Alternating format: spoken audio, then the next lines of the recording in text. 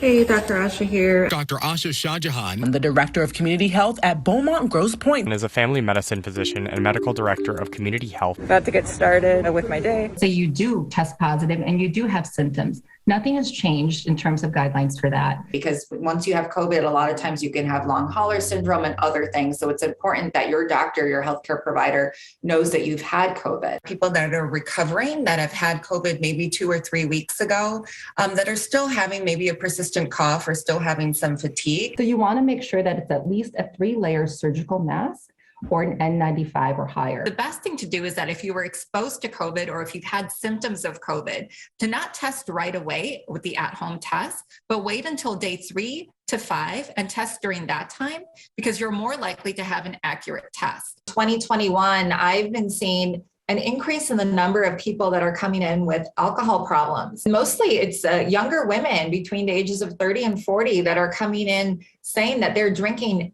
every single day. Up to 20,000 Americans have been hospitalized each year for carbon monoxide poisoning. Oh my gosh, it's now we're going into 2022 and we still have so many cases of COVID. Like, what is going on? This thing is never ending. We've been more stressed out.